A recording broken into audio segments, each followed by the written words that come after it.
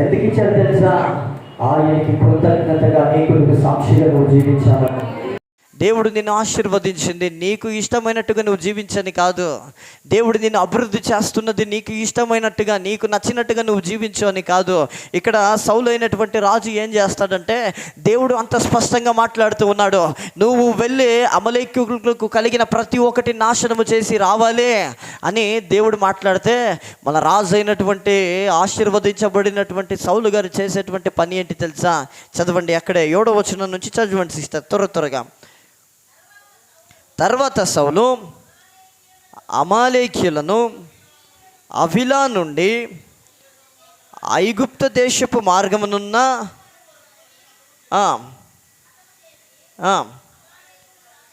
అమాలేకీయులు రాజైన అగాగును ప్రాణముతో పట్టుకొని జనులందరినీ కత్తి చేత నిర్మూలము చేసి సౌలును జనులను కూడి ఆగాగును గొర్రెలలోనూ ఎడ్లలోనూ కొవ్విన గొర్రె పిల్లలను మొదలైన వాటిలో నుండి మంచి వాటిని నిర్మూలము చేయక, చాలా బాగా మీ మైండ్ సెట్ ఇక్కడ ఉంచండి, మంచి వాటిని నిర్మూలము చేయక అంటే హతము చేయక, చదవండి సిస్టర్, కడగా నుంచి అంటే అవన్నీ పక్కగా తీసి పెడతాడు. పనికిరాని నీచ పశువులన్నిటినీ నిర్మూలము చేసెను. బాగా గమనించండి, చాలా స్పష్టంగా పరిశుద్ధాత్మ దేవుడు మాట్లాడుతూ ఉన్నాడు. ఇక్కడ దేవుడు పైన అంత స్పష్టంగా సౌలుతో మాట్లాడితే, అమలేకీయులకు కలిగిన వాటన్నిటినీ, ఒంటెలను పిల్లలు ఏదేదైతే కలిగి ఉన్నారో వాటన్నిటిని నాశనము చేసి రావాలి అని దేవుడు మాట్లాడితే, సౌలు రాజు దేవుని మాట వింటాడు, నిశ్చయముగా వింటాడు, కానీ ఫుల్గా వినడండి. ఫుల్గా దేవుని మాట వినడు, ఆఫ్గా వింటాడు. అక్కడ చూడండి, దేవుడు ఏం చెప్పాడు? అమలేకీయులకు కలిగిన వాటన్నిటినీ నాశనము చేసి రావాలంటాడు. సౌలు వెళ్తాడు, అంతటిని నాశనము చేసి వస్తాడు, కానీ ఆ రాజుని ప్రాణాలతోనే పట్టుకొస్తాడండి. అవునా? అక్కడున్నటువంటి రాజుని ఆగాగును ప్రాణాలతో పట్టుకొస్తాడు. అలాగనే అక్కడున్నటువంటి మంచి పదార్థాలు అనగా కొవ్వినటువంటి దూడలు ఏదైతే మంచి పదార్థాలు ఉన్నాయో వాటన్నిటినీ నాశనము చెయ్యక వాటన్నిటినీ అలాగునే తీసుకురావడానికి ప్రారంభిస్తాడు. అక్కడ ఆ దేశంలో ఉన్నటువంటి ప్రతి ఒక్క నీచ పశువులను అనగా కుంటివి ఏదైతే కుంటుతాయో, ఏదైతే కన్నులు బాగాలేదో, ఏదైతే బలహీన పరిస్థితుల్లో ఉన్నాయో వాటిని మాత్రమే నాశనము చేయడానికి సౌలు ప్రారంభిస్తూ ఉన్నాడు. ఇక్కడ నేను మిమ్మల్ని అడిగేటువంటి మాట ఒకటే, సౌలు ఇక్కడ దేవుని మాట విన్నాడా లేదా? వినలేదా? విన్నాడు కదా, దేవుడు చెప్పిందంతా చేశాడు. ఏదో ఒక చిన్న తప్పాడు అంతే, చిన్న మాట వినలేదంతే, అంత నాశనము చేసి కొన్ని మాత్రం అలాగనే తీసుకొచ్చాడు అంతే. కానీ దేవుడు చూడండి, దేవుని దృష్టిలో చిన్న తప్పు పెద్ద తప్పు అనేది ఉండదు. తప్పు తప్పే. మీ పాస్టర్ నీకు 10 మాటలు చెప్తే 9 చేసి 1 నీవు చేయకపోయినా తప్పు తప్పే. దేవుడు 99 గొర్రెల విషయమై ఆలోచించలేదు, తప్పిపోయిన ఒక గొర్రెని విషయమై ఆలోచిస్తున్నాడండి. దాన్ని పట్టుకురావడానికి వెళ్ళాడండి. ఈరోజు నువ్వు తప్పిపోయినటువంటి అనుభవం, ఈరోజు లోకంలో కలిసిపోతున్నటువంటి అనుభవం, చర్చికి రాలేనప్పుడు పాస్టర్ గారు మరలా ఫోన్ చేసి, ఎక్కడున్నా అబ్బాయి ఎందుకు చర్చికి రాలేదంటే, ఏదో పని ఉండింది పాస్టర్ గారు. నీ సంఘము నీవు అభివృద్ధి చెందాలన్నా దేవుని మాట వినడానికి ప్రారంభించు, దేవుని మాటకు లోబడ్డానికి ప్రారంభించు. చూడండి, దేవుని చేత స్వతంగా దేవుని చేతనే ప్రవక్త ద్వారా అభిషేకించబడినటువంటి సౌలు ముఖ దర్శనాన్ని చూస్తున్నారు ఆ కాలంలో అందరూ, కానీ తన స్వంత ఆలోచన పైన నిలబడడానికి ప్రారంభిస్తాడండి. తన సొంత మాట పైన నిలబడడానికి ప్రారంభిస్తాడండి. సౌలు జీవితంలో ఏం జరుగుతుందో తెలుసా? ఇక్కడ దేవుని మాట వినలేదు, హాఫ్ మాత్రం విన్నాడు, ఇంకా హాఫ్ వినలేదు. అవంతటిని ఏదైతే నాశనము చేయలేదో వాటన్నిటినీ అలా పట్టుకొచ్చి సమూయేలు ప్రవక్త సౌలు దగ్గరికి వెళ్తాడు. సౌలు, దేవుని మాట విన్నావా? దేవుడు ఏమేమైతే చెప్పాడో వాటన్నిటిని చేసావా అని సమూయేలు సౌలుతో మాట్లాడుతుంటే సౌలు అంటున్నటువంటి మాట ఏంటంటే, అన్నీ చేశాను, ఏది మిగిలించలేదు, అన్నీ చేశాను అంటాడు. మరి సమూయేలు అంటారు, ఇలాగునే ఇలా చర్చి పక్కన కట్టేశాడు అనుకున్నాం, వాటన్నిటిని ఏదైతే మంచిగా ఉన్నాయో పదార్థాలు వాటన్నిటి తీసుకొచ్చి చర్చి దగ్గర కట్టేశాడు అనుకున్నాం. వచ్చి సౌలు మాట్లాడుతున్నప్పుడు అడుగుతాడు సమూయేలు అడుగుతాడు, అన్ని దేవుని మాట విన్నావా అంటే విన్నాను అంటాడు. మరి ఏంటి సౌండ్ వస్తుంది కదా, ఏదో సౌండ్ వస్తుంది కదా అని సమూయేలు మాట్లాడడానికి ప్రారంభిస్తాడు. అప్పుడు సౌలు చెప్తాడు, దేవుడు చెప్పిందంతా విన్నాను, దేవుడు చెప్పిన ప్రతి మాట కూడా నేను విన్నాను, కానీ ఏదేదైతే మంచి పదార్థాలు ఉన్నాయో, ఏదైతే కొవ్విన దూడలు, ఏదేదైతే మంచి పదార్థాలు ఉన్నాయో వాటన్నిటినీ దేవునికి బలి అర్పించడానికి తీసుకొచ్చాను అంటాడండి. వాటన్నిటినికి దేవునికి అర్పణలు అర్పించడానికి తీసుకొచ్చాను అంటాడు. అందుకే దేవుడు ఇక్కడ అంటాడు, అక్కడే చదవండి 11వ వచనం, 10-11వ వచనం చదవండి సిస్టర్. అప్పుడు యెహోవా వాక్కు సమూయేలునకు ప్రత్యక్షమై ఇలాగు సెలవిచ్చెను, సౌలు నన్ను అనుసరింపక వెనక్కి తీసి నా ఆజ్ఞలను గైకొనకపోయెను గనుక అతనిని రాజుగా నియమించిన దానికి నేను పశ్చాత్తాపడుతున్నాను అని దేవుడే మాట్లాడుతున్నాడండి. ఈ మాట ఎందుకు దేవుడు జ్ఞాపకం చేస్తున్నాడు అంటే, ఈరోజు నిన్ను నియమించిన దానికి ఒకవేళ దేవుడు పశ్చాత్తాపడుతున్నాడేమో, నన్ను దేవుడు నియమించి సృష్టించిన దానికి దేవుడు పశ్చాత్తాపడుతున్నాడేమో. ఆయన మాట వినలేకపోతున్నాం, ఆయన ఆజ్ఞను కైగొనలేకపోతున్నాం. 10 దశ ఆజ్ఞలు ఉన్నాయి. నీ తల్లిదండ్రులను సన్మానించినటువంటి ఆజ్ఞ ఉంది. ఇక్కడ కూర్చున్న వారు యథార్థంగా చెప్పండి, ఎంతమంది మీ తల్లిదండ్రుల మాట వింటున్నారు? ఎంతమంది పెద్దల మాటకు లోబడుతూ ఉన్నారు? తల్లిదండ్రులను సన్మానించి వాడు దేశపు మేలును అనుభవిస్తాడంట. అయ్యో, మీరు ముష్లోళ్ళు 90sలో వచ్చిన వాళ్ళు, మీ మాట నేను ఎందుకు వినాలి అంటారు పిల్లలు. బాగా ఆలోచించండి. అక్కడ దేవుడు మాట్లాడుతున్నాడు, సౌలును అభిషేకించింది దేవుడే, ఇక్కడ మరలా పశ్చాత్తాపడుతున్నది దేవుడే. ఇక్కడ నిన్ను నియమించింది, తల్లి గర్భంలో రూపించబడక మునుపే నిన్ను ఏర్పరిచింది దేవుడే, నిన్ను రూపించింది దేవుడే, తన స్వరూపములో రూపించింది దేవుడే. నిన్ను నియమించిన దానికి ఈ మధ్యాహ్న కాల సమయంలో దేవుడు పశ్చాత్తాపడుతున్నాడేమో ఒకసారి ఆలోచించు. నేను మరలా చెప్తూ ఉన్నాను, మీలాంటి భక్తులు లేరు అనుకుంటాను. నేను కూర్చున్న వాక్యం వింటారు. ఇప్పుడైతే ఆండ్రాయిడ్ ఫోన్లు వచ్చినాయి, కూర్చున్న నించున్న వాక్యాలు, యూట్యూబ్లో వాక్యాలు, పెద్ద పెద్ద సావుకులు వాక్యాన్ని వేసుకుని వింటూనే ఉన్నారు. విన్న వాక్యానుసారంగా జీవిస్తూ ఉన్నావా? నీకు ఇవ్వబడినటువంటి ఆజ్ఞానుసారంగా జీవిస్తూ ఉన్నావా? మోషే కూడా వాగ్దాన భూమిలోనికి అడుగు పెట్టలేకపోయాడు. మీకు తెలుసా? మోషే దేవునితో ముఖాముఖిగా మాట్లాడుతూ ఉన్నాడండి, కానీ వాగ్దాన భూమిలోనికి అడుగు పెట్టలేకపోయాడు మోషే. దేవుడంట ఇలా తీసుకెళ్ళి పర్వతంపై తీసుకెళ్ళి, మోషే ఇదిగో చూడు, అక్కడ కనిపిస్తుంది చూడు, అదే వాగ్దాన భూమి అని చూపించాడు. మోషే కూడా వాగ్దాన భూమిలోనికి అడుగు పెట్టలేకపోయాడు. గల కారణం ఏంటి తెలుసా? 2 సార్లు దేవుని మాటకు లోబడలేదండి మోషే దేవుడు బండతో వెళ్ళి మాట్లాడు అంటే కోపంతో బండను కొడతాడు. అయినా దేవుడు తన కార్యాన్ని మానలేదు, కార్యం చేస్తాడు. మరి ఆజ్ఞను, రాతి పలకను పగలు కొడతాడు ప్రజలపైన కోపంతోటి. దేవుడి చెక్కినటువంటి పలకది పగులు కొడతాడు. మోషకే అట్లా జరిగి ఉంటే మనము ఇంకా ఏమాత్రం అండి, మనం ఇంకెట్టివారం అండి? ఒక్కసారి ఆలోచించండి.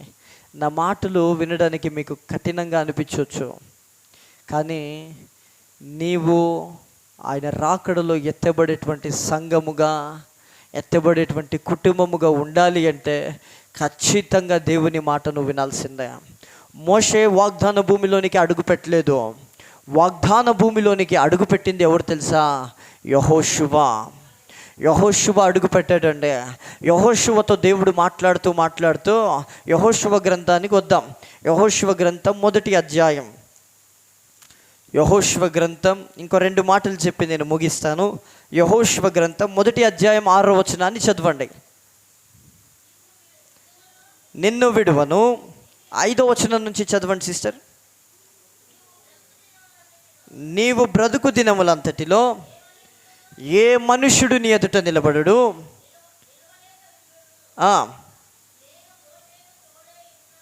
నేను మోషేకు తోడయ్యుండునట్లు నీకును తోడయ్యుందును. నిన్ను విడువను, నిన్ను ఎడబాయను. నిబ్బరము కలిగి ధైర్యముగా నుండుము.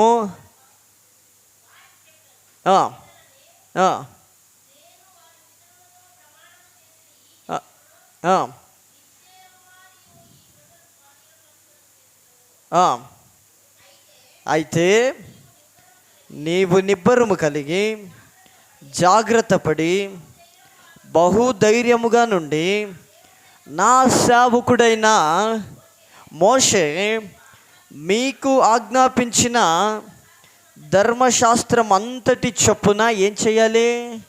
నడవవలెను. నీవు నడుచు ప్రతి మార్గమున చక్కగా ప్రవర్తించినట్లు నీవు దాని నుండి కుడికి కానీ ఎడముకు కానీ తొలగకూడదు. దేవునికి మహిమ కలుగునుగాక, దేవునికి స్తోత్రం కలుగునుగాక. ఇక్కడ చూడండి, పైన 5వ వచనం నుంచి దేవుడు వాగ్దానాన్ని ఇస్తున్నాడు యెహోషువకి. నీ ఎదుట ఎవడు నిలబడడు, నీ బ్రతుకు దినములంతటిలో నేను నీ పక్షాన ఉంటాను, కార్యం చేస్తాను. మోషకి ఏ విధంగా అయితే నేను తోడుగా ఉన్నానో నేను నీకు తోడై ఉంటాను అని దేవుడు వాగ్దానం చేస్తూ కిందికి వచ్చేటప్పటికి దేవుడు ఆజ్ఞనిస్తున్నాడు యెహోషువకి. ఏం ఆజ్ఞనిస్తున్నాడు అంటే, నీ సేవకుడైన మోషే నీకు బోధించిన ఆజ్ఞం అంతటి చొప్పున నీవు నడవవలెను. దేవునికి మహిమ కలుగునుగాక, దేవునికి స్తోత్రం కలుగునుగాక. ఈ మాట నాతో పాటు అందరు కలిసి చెప్తారా? నీ సేవకుడైన మోషే బోధించిన ఆజ్ఞలంతటి చొప్పున నడవవలెను. ఇక్కడ చూడండి, ఇక్కడ నిలబడి మీ సేవకులు మాట్లాడే ప్రతి మాట కూడా నువ్వు లోబడాలి. అక్కడ యెహోషువని నడిపించింది మోషే. అక్కడ దేవుడు స్పష్టంగా మాట్లాడుతూ ఉన్నాడు, నీ సేవకుడు, నిన్ను నడిపించినటువంటి సేవకుడు ఆయన ఏదేదైతే నీ కట్టడలు ఆజ్ఞల్ని ఇచ్చాడో వాటిని అనుసరించి నువ్వు జీవించాలి, వాటిని అనుసరించి నువ్వు నడవాలి అంటున్నాడు దేవుడు. నువ్వు నడవకపోతే నువ్వు కూడా చూడలే వాగ్దాన భూమిని. ఈరోజు ఇంతవరకు వాగ్దానాలు తీసుకుంటూనే ఉన్నారు. కొత్త సంవత్సరం వస్తే వాగ్దానంలోనికి అడుగు పెట్టలేకపోతున్నారేమో. ఎవరికో దేవుడు కార్యం చేస్తే మీరు చూస్తూ నిలబడుతున్నటువంటి అనుభవం ఏమో. అయ్యో వాళ్ళకి అలా జరిగిందంట, వీళ్ళకి ఇలా జరిగిందంట, వాళ్ళంతా బాగా అయిపోయారంట. నీ పట్ల ఎందుకు జరగట్లేదు ఒకసారి ఆలోచించి మధ్యాహ్న కాల సమయంలో ఒక్కసారి ఆలోచించండి. సౌలు దేవుని మాట వినలేదు. సౌలుని నియమించిన దానికి దేవుడే పశ్చాత్తాపడుతున్నాడు. ఇది నిన్ను నియమించిన దానికి దేవుడి మధ్యాహ్న కాల సమయంలో పశ్చాత్తాపడుతున్నాడేమో. నీ సేవకులు చెప్పిన మాటను తీసివేస్తున్నావేమో. నీవు అభివృద్ధి చెందాలని ఆశ కలిగి ఉన్నావా? ఆశీర్వదించబడాలని ఆశ కలిగి ఉన్నావా? నీ సేవకులు చెప్పే ప్రతి మాటకు లోబడడానికి ప్రారంభించు. మీ సేవకులు బోధించే ప్రతి వాక్కుకు స్పందించడానికి ప్రారంభించు. మీ సేవకులు చెప్పే ప్రతి వాక్కును అనుసరంగా నువ్వు జీవించడానికి ప్రారంభించు. అప్పుడు నువ్వెక్కడ అడుగు పెట్టినా నీ పక్షాన నా దేవుడు నిలబడి కార్యము చేయడానికి ప్రారంభిస్తాడండి. నీ పక్షాన నా దేవుడు నిలబడి కార్యం చేయడానికి ఆయన ప్రారంభించబోతూ ఉన్నాడు. అక్కడ చూడండి, వాగ్దానాలు చెప్తూ దేవుడు ఆజ్ఞనిస్తూ ఉన్నాడు. వాగ్దానం ఎవరి జీవితంలో నెరవేరాలి అంటే ఆజ్ఞ ఉంటుంది. జనవరి 1 వస్తే వాగ్దానం కార్డు తీసుకుంటారు చాలామంది. వాగ్దానం కార్డు తీసుకుంటే ముందు ప్రామిస్ వర్డ్ అని ఉంటుంది, వెనక్కి తిప్పితే కమాండ్మెంట్ అని ఉంటుంది, ఆజ్ఞ ఉంటుంది, తర్వాత ప్రామిస్ వర్డ్ ఉంటుంది, వాగ్దానం ఉంటుంది. చాలామంది వాగ్దానాలు చదువుకుంటూ ముందుకెళ్తారు, ఆజ్ఞ వైపు అస్సలు వెళ్ళరు. నీ జీవితంలో వాగ్దానము నెరవేరాలి అంటే మొట్టమొదటిగా నువ్వు చేయాల్సిందే ఆజ్ఞానుసారంగా జీవించడం. ఆజ్ఞానుసారంగా జీవించడం. ఈరోజు ఎందుకు ఈ మాటలు పరిశుద్ధాత్మ దేవుడు మాట్లాడుతున్నాడో నాకు తెలియదు. ఇదే మాట మరలా దేవుని మాట విను అని ఎందుకు మాట్లాడుతున్నాడో నాకు తెలియదు. ఈ అనుభవంలో నువ్వు ఉన్నట్టయితే ఎప్పుడు చూసిన సంఘానికి వచ్చి నన్ను ఆశీర్వదించు, నన్ను దీవించు, నన్ను ఆశీర్వదించు, దీవించు అంటే నువ్వు సరైన క్రమములో లేకపోయినప్పుడు దేవుడు ఎలా నిన్ను దీవిస్తాడు? ఎలా దేవుడు నిన్ను ఆశీర్వదిస్తాడు? ఒక్కసారి ఆలోచించండి. ఆశీర్వదించబడాలని ఆశ కలిగి ఉన్నావా? అక్కడ దేవుడు మాట్లాడాడు యెహోషువతో, నీకు బోధించిన ఆజ్ఞలంతటి చొప్పున నువ్వు నడవవలెను. నీ ప్రవర్తన, ముఖ్యంగా క్రైస్తవులు ప్రవర్తన, మన ప్రవర్తన ఏ విధంగా ఉందండి? బయటికి వెళ్తే సంఘములో ఏమో మాలాంటి వర్షిపర్, మంచి వర్షిపర్, మంచి ప్రార్థన పరురాలు సంఘములో, బయటికి వెళ్తే నీ ప్రవర్తన ఎలా ఉంటుందో ఇంటి దగ్గర ఉన్న కొలాయి దగ్గరికి వెళ్తే తెలుస్తుంది. ఒక సంఘంలో శాంతమ్మ అని ఉన్నిందంట. ఆమె బాగా ప్రార్థన పరులంట సంఘములో, మంచిగా ప్రార్థన అనుభవం సంఘములో. కానీ పాస్టర్ అనుకున్నారంట, అమ్మ ఈమె ఎంత ప్రార్థన చేస్తుందో, ఎంత ప్రార్థన పర్రాలో అని పాస్టర్ గారు అనుకున్నారంట. ఒకసారి ఆయన ఫ్రీ టైంలో శాంతమ్మ గారిని ఒకసారి దర్శించొద్దాం, వాళ్ళ ఇంటికి వెళ్ళి దర్శించొద్దాం, శాంతమ్మ గారు ఏం చేస్తున్నారు దర్శించొద్దాము అని పాస్టర్ గారు ప్రార్థన చేయడానికి వాళ్ళ ఇంటికి వెళ్ళారంట. ఆమె పేరేమో శాంతమ్మ, కానీ వారి ఇంటి దగ్గరికి వెళ్తే ఆమె కోపిష్టం అయిపోయిందండి. నోరు తెరిస్తే బూతులు. చాలామంది సంఘములో ఉంటే చాలా శాంతులుగా ఉంటారు, కానీ ఒక అడుగు బయటికి పెడితే ఇంకా ఆ మాట వద్దు, అంత దుర్మార్గులు ఇంకొకరు లేరు అంత విధంగా జీవిస్తారండి. నేను చేతులు జోడించి చెప్తూ ఉన్నాను, దేవుని మాటకు లోబడండి, దేవుని ఆజ్ఞను కైగొని జీవించండి. అప్పుడు నీవు, నీ కుటుంబం దీవించబడుతుంది. నీవు దీవించబడితే ఆటోమేటిక్గా నీ సంఘం అభివృద్ధి చెందడానికి ప్రారంభిస్తుంది. ఎంతోమంది దగ్గర నువ్వు మాట్లాడుతున్నావు, ఎంతోమందిని ప్రతిరోజు వ్యవహరిస్తూ ఉంటావు. ఒక్కరైనా అయ్యో వీళ్ళతో మాట్లాడుతుంటే ఏదో సమాధానం నాకు కలుగుతుంది, వీరితో మాట్లాడుతుంటే నాకేదో ఆదరణ వస్తుంది అని ఎవరైనా ఒకరైనా సాక్ష్యం ఇస్తున్నారండి నీ నా విషయమై? ఇప్పుడు ఎప్పుడు వీళ్ళు మాటలు ఆపేస్తారో, ఎప్పుడు ఇక్కడి నుంచి వెళ్ళిపోతానో అనేటువంటి ఆలోచన మాటలతోనే ఉన్నారేమో. ఈరోజు నీ ప్రవర్తన మారాలి, నీ ఆలోచన మారాలి. ఇంతవరకు దేవుని మాటకు దూరంగా ఉండి జీవించావేమో, ఆజ్ఞకు దూరంగా ఉన్నావేమో. ఈరోజు దేవుడు మీతోనే మాట్లాడుతున్నాడండి. వాగ్దాన భూమిలో నడిపించడానికి దేవుడు ఆశ కలిగి ఉన్నాడు. నిన్ను వాగ్దానంలో అడుగు పెట్టించడానికి దేవుడు కార్యము చేయబోతూ ఉన్నాడు. నీవు దేవుని మాటకు లోబడు. అక్కడ చూడండి, మరల వద్దాం మొదటి సమూయేలు గ్రంథానికి. 10-11 వచనంలో చదివారు. ఆజ్ఞలను చదవండి సిస్టర్ ఒకసారి.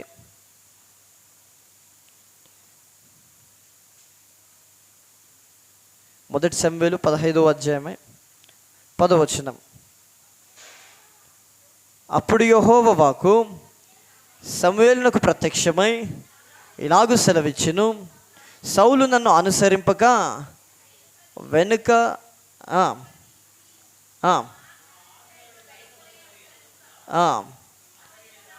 అతనిని రాజుగా నియమించినందుకు నేను పశ్చాత్తాపడుచున్నాను. అందుకు సమూయేలు కోపావేశుడై రాత్రంతా యెహోవాకు మొరపెట్టుచుండెను. తీర్మానం తీసుకోండి, ఈ రోజుకైనా మీ ప్రవర్తన, మీ ఆలోచనను మానుకోండి. దేవునితో ఒక సంబంధాన్ని కలిగి ఉండాలి. మనము ప్రార్థన అనేటువంటి సంబంధాన్ని కలిగి ఉండాలి. More prayer, more power. No prayer means there is no power. ఎక్కువ ప్రార్థన చేస్తేనే ఎక్కువ శక్తి ఉంటుంది మనకు. ప్రార్థనే లేకపోతే ఆత్మకు ఎలా శక్తి ఉంటుందండి? ఈ మధ్య కాలంలో చాలామంది కొన్ని రేఖల ముందు కూర్చుంటూ ఉన్నారు ప్రార్థన సమయంలో. కుటుంబ ప్రార్థన వస్తుంది, రాత్రితో 8 గంటలకు ప్రార్థన చేయాలా, ఏదో ఒక సమయానికి చేయాలా. ఒకరేమో ప్రార్థన చేస్తుంటే ఇంకొంతమంది మొగలి రేఖల ముందు కూర్చుంటారు, ఇంకొంతమంది ఆకాశ దీపాల వైపు కూర్చుంటారు. నేనంటాను, నువ్వు మొగలి రేకుల ముందు కూర్చుంటే నీ ఇంట్లో రేకులు ఎగిరిపోతాయి, జాగ్రత్త. ఆకాశ దీపాలు ముందు కూర్చుంటే నీ ఇంట్లో మెల్లగా దీపాలు ఆరిపోతూ ఉన్నాయి. ఎంతోమంది నశించిపోతూ ఉన్నారు నీ కుటుంబంలో. వారందరూ దేవునిలో వెలిగించబడాలి అంటే మొట్టమొదటిగా నీవు దేవుని మాట వినాలి. నీవు దేవుని సన్నిధిలో స్థిరముగా నిలబడినప్పుడు మాత్రమే దేవుడు నిన్ను నియమించిన దానికి సంతోషపడడానికి దేవుడు ప్రారంభిస్తాడండి. దేవునికి మహిమ కలుగునుగాక, దేవునికి స్తోత్రం కలుగునుగాక. అక్కడ 22వ వచనాన్ని చదవండి. అందుకు సమూయేలు తాను సెలవిచ్చిన ఆజ్ఞను ఒకడు గైకొనుట వలన యెహోవా సంతోషించునా. అక్కడ క్వశ్చన్ మార్క్ ఉంది, చూడండి. క్వశ్చన్ మార్క్ ఉందా? 22వ వచనం, తాను సెలవిచ్చిన ఆజ్ఞను ఒకడు గైకొనుట వలన యెహోవా సంతోషించునట్లు ఒకడు దహన బలులను అర్పించుట వలన ఆయన సంతోషించున. క్వశ్చన్ మార్క్ ఉంది. క్వశ్చన్ మార్క్ ఉందా అందరి బైబిల్లో? ఉందా? ఎందుకు ఈ మాట చెప్తున్నాను అంటే, సంఘానికి వచ్చే వాళ్ళు దేవుడు ఆశీర్వదించే కొలది, దేవుడు అభివృద్ధి చేసే కొలది అర్పణలను అర్పిస్తున్నారు. సంఘానికి ఇంట్లో ఉండే అర్పణలు పంపిస్తున్నారు. సంఘానికి ఇంట్లో ఉండే నీ అర్పణ కోరేటువంటి దేవుడు కాదు ఆయన. సమస్తం ఆయనదే అండి, సమస్తం ఆయనదే. ఆయింది ఆయనకి ఇవ్వగలరా మీరు? దేవునికి కావాల్సింది నీ అర్పణ కాదు, దేవునికి కావాల్సింది నీవే కావాలి దేవునికి. నీ అర్పణ ఆయనకి అవసరం లేదు. నీ అర్పణ ఎంత సమర్పించి నీవు దేవుని సన్నిధులు లేకపోతే, ప్రారంభ దినాల్లో మనోళ్ళకి చాలా భక్తి వస్తుంది. నా దేవుని నమ్ముకునే ప్రారంభ దినాల్లో 10 గంటలకు ఆరాధన అంటే 9:30కి వచ్చి ప్రార్థన ప్రారంభించిన రోజులు కూడా ఉన్నాయి. దేవుడు ఆశీర్వదించే కొలది 10కి ప్రార్థన అంటే 9:30కి వచ్చే వాళ్ళు 10కి వస్తున్నారు. ఇంకా దేవుడు ఆశీర్వదించే కొలది పాటలు అయిపోయిన తర్వాత వస్తున్నారు. ఇంకా దేవుడు ఆశీర్వదించే కొలది సాక్ష్యం సమయానికి వస్తున్నారు. ఇంకా దేవుడు ఆశీర్వదించే కొలది ఆరాధనకు వస్తున్నారు. ఇంకా దేవుడు మంచి స్థాయిలో పెట్టే కొలది వర్షిప్ తర్వాత డైరెక్ట్ మెసేజ్కి వస్తున్నారండి. ఇంకా దేవుడు బలంగా ఆశీర్వదించాడు అనుకోండి, ఆరాధన అయిపోయింది, ప్రార్థన అయిపోయింది, అంతే అయిపోయింది, వాక్యము కూడా అయిపోయింది. లాస్ట్ ప్రేయర్కి వచ్చి కూర్చొని వెళ్ళిపోయే వాళ్ళు కూడా ఉన్నారండి. ఇంకా దేవుడు ఇంకా ఆశీర్వదిస్తే అంతే ఆశీర్వాదం చెప్పేటప్పుడు పాస్టర్ని దీవించడానికి వచ్చే వాళ్ళు కూడా ఉన్నారు. అటువంటి వారు దేవునికి అవసరం లేదు. నేను నిన్న ఒకటి చెప్పాను, దేవునికి చాలా ఆప్షన్స్ ఉన్నాయి. నీవు తప్పితే దేవుడు ఇంకొకరి పట్ల కార్యం చేసి తన సన్నిధిలో కూర్చోపెట్టుకోగలడు ఆయన. మనకొకటే ఆప్షన్ అండి, మనకొకటే ఆప్షన్. జీవం కలిగిన దేవుడు, సత్యవంతుడైనటువంటి దేవుడు ఒకడే అండి. ఆయన సన్నిధిలో నువ్వు ఉన్నావు. ఆయనకి చాలా ఆప్షన్స్ ఉన్నాయి, మనకొకటే ఆప్షన్. దేవుడు నిన్ను నియమించిన దానికి సంతోషపడాలా, పశ్చాత్తాపడాలా? చెప్పాలా? దేవుడు సంతోషపడాలా, పశ్చాత్తాపడాలా? ఈరోజు నీ ప్రవర్తన ద్వారా దేవుడు పశ్చాత్తాపడుతున్నాడేమో. దేవుని ఆజ్ఞ వినక నీకు నచ్చినట్టుగా నీవు జీవిస్తుంటే దేవుడు పశ్చాత్తాపడుతున్నాడేమో. అలాగనే ఆదికాండానికి వద్దాం. ఆదికాండము, జెనెసిస్ చాప్టర్ 6:6, 6వ అధ్యాయము 6వ వచనం. చివరి మాట చెప్పి నేను ముగిస్తాను. తాను భూమి మీద నరులను చేసినందుకు యెహోవా సంతాపము నొంది తన హృదయములో నొచ్చుకొనెను. ఇంకొక మాట, ఆ మాట అందరు గట్టిగా చదవండి. 6వ అధ్యాయము 6వ వచనం. ఆదికాండము 6వ అధ్యాయము 6వ వచనం. తాను భూమి మీద మనుష్యులను చేసినందుకు యెహోవా సంతాపము నొంది తన హృదయములో నొచ్చుకొనెను. ఎందుకు దేవుడు హృదయములో నొచ్చుకుంటున్నాడు, సంతాపడుతున్నాడు, పశ్చాత్తాపడుతున్నాడు అంటే మనుషుల్ని నియమించిన దాని కొరకు, నిన్ను నన్ను నియమించిన దాని కొరకేమో. ఎందుకు దేవుడు అంత మాట్లాడుతున్నా దేవుని మాట వెనక్కి వెళ్ళిపోతున్నటువంటి అనుభవాలండి. నోహకు కాలములో మాట్లాడినటువంటి మాట ఇది.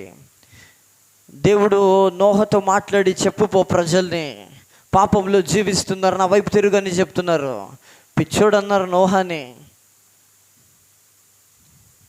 చాలా భయంకరంగా మాట్లాడారు, కానీ అందరు మునిగిపోయారండి. నోహ కుటుంబం మాత్రమే నిలబడింది. ఎందుకు నిలబడింది తెలుసా? నోహ దేవుని మాటకు లోబడ్డాడు గనక, నోహ దేవుని ఆజ్ఞను కైగొన్నాడు గనక. యోసేపు జీవితంలో తీసుకోండి, పాపము యోసేపును వెంటాడుతుంది. అక్కడ ఎవ్వరు లేదు, ఆస్థానంలో ఎవ్వరు లేదు. రాజు ఎక్కడికో బయటికి వెళ్ళిపోయాడు. పోతిఫరు భార్య మాత్రమే ఉంది. యోసేపును చూస్తూ మోహించిందంట, యోసేపుతో పాపము చేయడానికి ముందుకొచ్చిందంట. కానీ యోసేపు చేసినటువంటి పని ఏంటి తెలుసా? నా దేవుడు నన్ను చూస్తూ ఉన్నాడు, నా దేవుడు నన్ను చూస్తూ ఉన్నాడు, నా దేవునికి ఎలా నేను మోసం చేయను అని బట్టలు విప్పేసి పరిగెత్తుకొని వెళ్ళాడంటే. ఈరోజు పాపము చూస్తూ పరిగెట్టేటువంటి అనుభవం నీకుందా? పాపము చూస్తూ పరిగెత్తేటువంటి అనుభవం నీకుందా? పాస్టర్ చూస్తున్నప్పుడేమో భక్తి, తల్లిదండ్రులు ఉన్నప్పుడేమో ఒక విధంగా, తల్లిదండ్రులు లేకున్నప్పుడేమో ఇంకొక విధముగా. నిన్ను నియమించిన దానికి దేవుడు పశ్చాత్తాపడకూడదండి. అపోస్తలుల సహవాసంలో ఉన్నావు, మంచి నడిపింపులో ఉన్నావు. ఈ సహవాసంలో ఉన్నటువంటి నీవు ఏదైతే నీ సేవకులు బోధిస్తూ ఉన్నారో వాటన్నిటినీ కైగుని నడవడానికి ప్రారంభించు. ఈ రోజు నుంచే నా దేవుడిని పట్ల కార్యము చేయడానికి ప్రారంభించబోతూ ఉన్నాడు. చెఫన్య గ్రంథం చదవండి. చెఫన్య గ్రంథం 3వ అధ్యాయం 1వ వచనం. చెఫన్య గ్రంథం 3వ అధ్యాయం 1వ వచనం.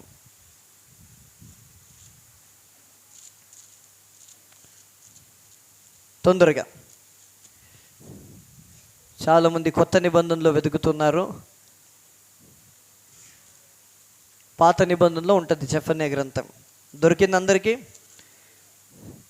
ఈ మాట అందరూ చూడాలి.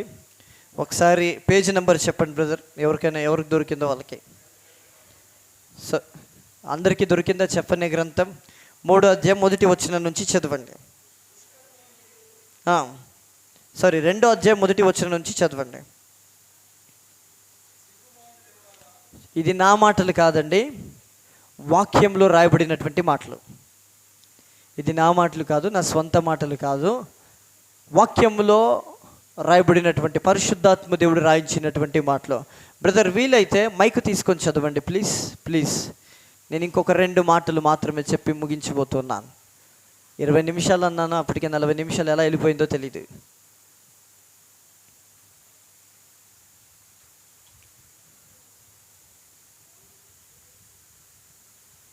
చెఫన్య గ్రంథం 2వ అధ్యాయము 1వ వచనం. మీతో బైబిల్ లేకపోతే చాలా జాగ్రత్తగా ఈ మాటను వినండి.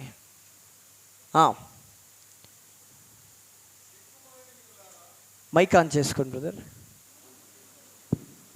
సిగ్గుమాలిన జనులారా కూడి రండి, పొట్టు గాలికి ఎగురునట్లు సమయము గతించుచున్నది.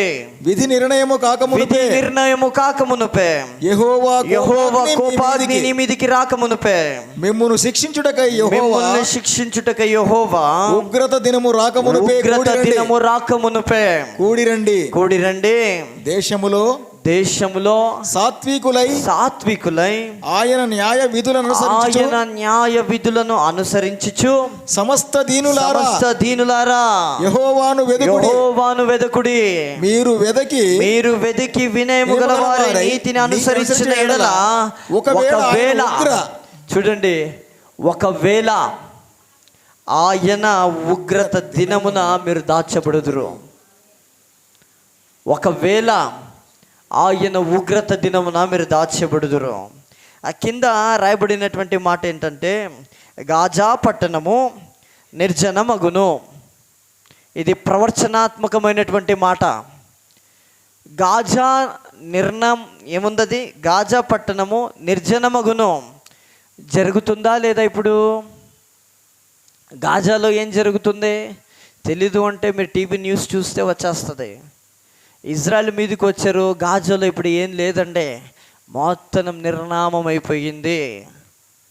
దీన్ని బట్టి మనం అర్థం చేసుకోవాల్సినటువంటి విషయం ఏంటంటే ఆయన రాజుల రాజు త్వరగా రాబోతూ ఉన్నాడు. త్వరగా ఆయన రాబోతూ ఉన్నాడు.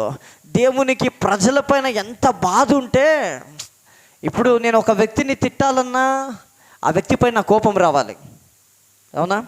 ఇలా ఊరికి నేను బాగా మాట్లాడుతూ నేను తిట్టను, ఏమనను. ఇక్కడ చూడండి దేవుడు ఎంత భారంతో మాట్లాడుతున్నాడు. సిగ్గుమాలిన జనులారా కూడి రండి, యెహోవా ఉగ్రత దినం. ఇప్పటికే చాలా ఉగ్రతలు వచ్చాయి మన మీదికి.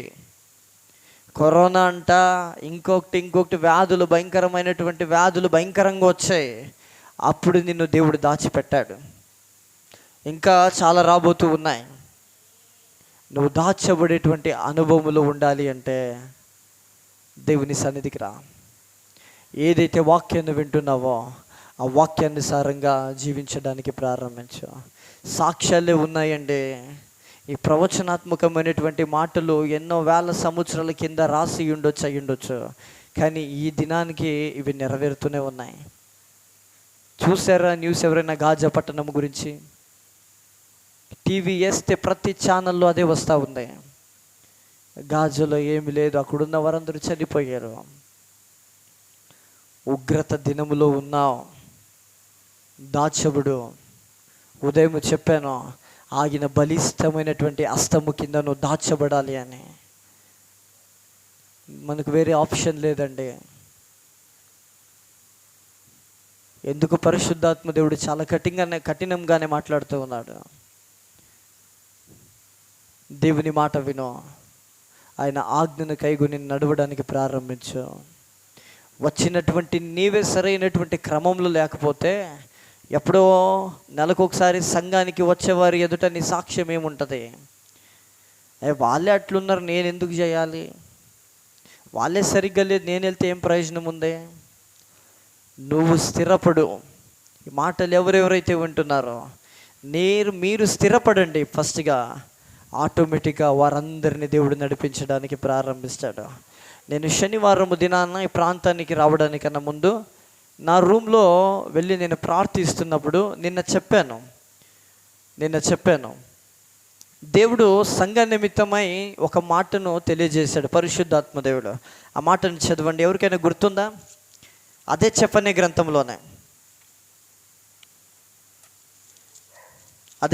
గ్రంథంలోనే చివరి మాట, 3వ అధ్యాయము 20వ వచనం,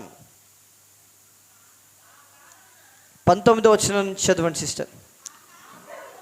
అకాలమున నేను శిక్షింతును,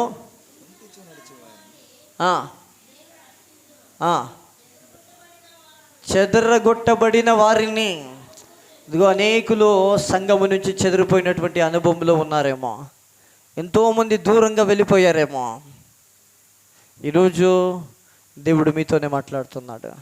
మీరు సరైన క్రమంలో ఉండగలిగితే, మీ సేవకులు బోధించే ప్రతి ఆజ్ఞను మీరు జీవించి నడవడానికి ప్రారంభిస్తే ప్రతి ఒక్కటిని దేవుడు సమకూర్చబోతూ ఉన్నాడండి. ప్రతి ఒక్కటిని క్రమముగా దేవుడు మార్చబోతూ ఉన్నాడు. వస్తున్నటువంటి నీవే సరైన క్రమంలో లేకపోతే ఎవరు ఏం చేయలేరు. ఉగ్రత దినములను దాచబడలేము. ఉగ్రత దినం గాలి సమయము పట్టు ఎగిరినట్టు గాలికి ఎగిరిపోతుంది. సమయం ఎలా వెళ్ళిపోతుందో తెలీదు, ఎప్పుడు ఏం జరుగుతుందో తెలీదు. సమయం వెళ్తూనే ఉంది. ట్రైన్ పోయినప్పుడు టికెట్ తీసుకుంటే టికెట్ వేస్ట్ అయిపోద్దండి. విన్నప్పుడే వాక్యం ఎప్పుడైతే వింటావో అప్పుడే ఆ మాటకు దీన మనస్కుల ఎప్పుడైతే సరెండర్ అవుతావో అప్పుడు నా దేవుడు మీ జీవితంలో కార్యం చేయడానికి ప్రారంభిస్తాడు. ఒకే ఒక మాట అండి, దేవుని మాట వినండి. సౌలు దేవుని మాట వినలేదు. తర్వాత ఏమైంది తెలుసా సౌలు జీవితంలో? అదొక్క మాట. 16వ అధ్యాయం, మొదటి సమూయేలు గ్రంథం 16వ అధ్యాయం 16-14 వచనం చదవండి త్వరగా. యెహోవా ఆత్మ, చాలా జాగ్రత్తగా వినండి. యెహోవా ఆత్మ సౌలును విడిచిపోయి యెహోవా యొద్ద నుండి దురాత్మ ఒకటి వచ్చి అతన్ని వెరపింపగా అతన్ని పట్టుకోయిందంట. నా వైపు చూడండి. దేవుని ఆత్మ ఉన్నింది సౌలులో, కానీ ఎప్పుడైతే దేవుని మాట వినలేదో సౌలు, అప్పుడు ఏం జరిగింది సౌలు జీవితంలో? దేవుని ఆత్మ వెళ్ళిపోయింది. దురాత్మ ఎక్కడి నుంచి వచ్చింది? దేవుడు పంపించిన దురాత్మే సౌలులోనికి ఎంటర్ అయ్యింది. నువ్వు దేవుని మాట వినలేదనుకో, దేవుని ఆత్మ వెళ్ళిపోతుంది. దురాత్మ చేత నువ్వు నడిపించడానికి ప్రారంభిస్తావు. అందుకే చెప్తున్నాను, నీవు నీ కుటుంబం ఏదైనా దీవించబడాలి అన్నా దేవుని మాట విను, దేవుని ఆజ్ఞను కైగొని జీవించు. నీ ప్రవర్తన అన్ని విషయములలో చాలా చక్కగా ఉండు. నన్ను ఎవరు చూడట్లేదు, పాస్టర్ గారు ఎప్పుడు నిన్ను చూడడానికి అవకాశం ఉండదు. సంఘంలో వచ్చినప్పుడు నిన్ను హెచ్చరించవచ్చు, గమనించవచ్చు. నువ్వు బయటికి వెళ్ళిపోతే నన్ను ఎవరు చూడట్లేదు, సెల్ ఫోన్లో నేను ఏమొత్తే నన్ను ఎవరు గమనించట్లేదు. In case delete for everyone నువ్వు కొట్టవచ్చు. వాట్సాప్లో ఏదైనా ఒక మెసేజ్ చేసి డిలీట్ ఫర్ ఎవ్రీవన్ కొడితే వారికి నీకు ఇద్దరికి కనిపించదు. నువ్వు డిలీట్ ఫర్ ఎవ్రీవన్ కొట్టింది దేవుని దృష్టిలో ఉంది. నీ డిలీట్ ఫర్ ఎవ్రీవన్ కొట్టింది దేవుని దృష్టిలో ఉంది. చాలా జాగ్రత్తగా ఉండు. దేవుడు నిన్ను నియమించిన దానికి సంతోషపడాలని. ఇన్ కేసు నన్ను నియమించిన దానికి దేవుడు సంతోషపడాలి. నేను ఇంత చెప్పి దేవుని మాట నేను అనుసరింపకపోయినా డబ్బులు ఉంటుంది మనకి. అందరికీ ఒకటండి బైబిల్. మాకు సపరేట్, మీకు సపరేట్ ఏమి ఉండదు.